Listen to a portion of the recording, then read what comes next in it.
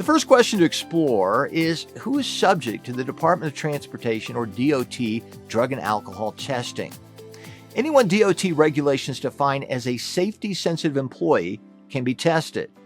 This includes employees who hold their CDL and operate commercial vehicles of 26,001 pounds or greater, drive vehicles carrying 16 passengers or more, or are required to display a DOT hazardous materials sign on their vehicle. It's important to know that you are subject to testing based on your qualifications, not the job you're currently performing. For example, if you work in a warehouse where large vehicles are used for transporting goods and you have your CDL, then you're subject to testing, as you may be called upon to operate the vehicle if needed. Testing is done for the safety of the driver, co-workers, and the general public on the roads.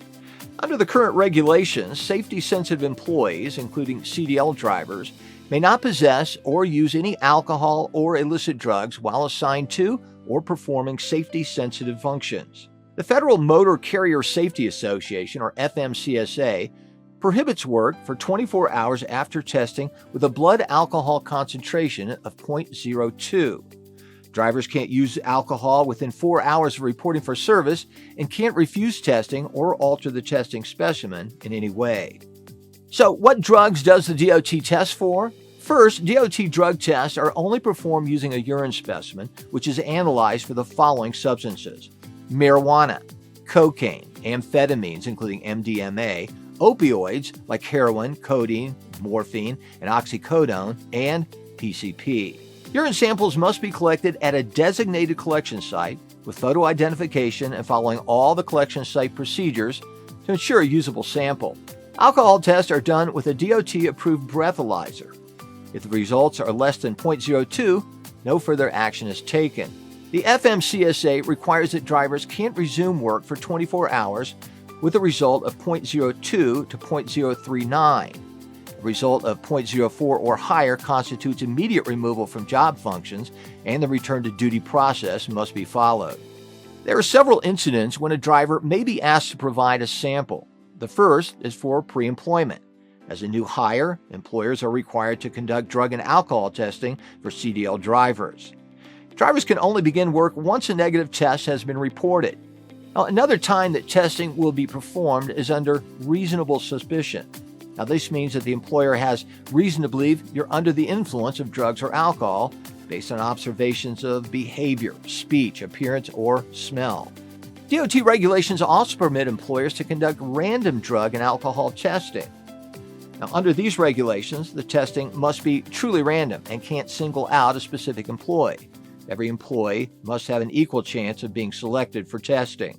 After an accident is another time when drug and alcohol testing is required.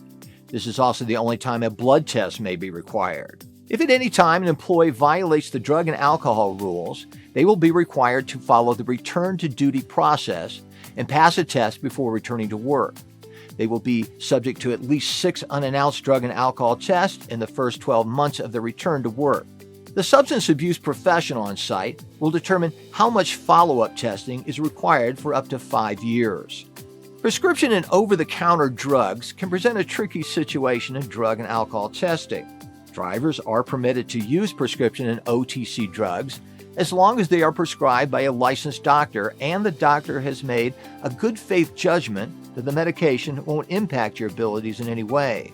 Prescription and OTC medications must only be used as directed and should be reported to the medical review officer at the testing site.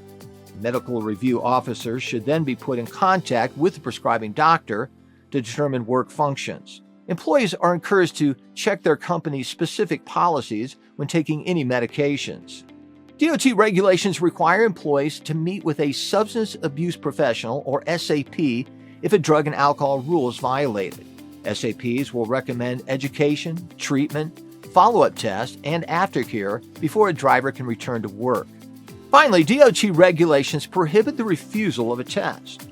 If a driver refuses a test or fails to show up at the designated testing time, alters the test in any way, or doesn't follow testing directions, they will be immediately removed from work and won't be allowed to return until they have met with an SAP, provided a negative test sample, and followed all return to duty guidelines.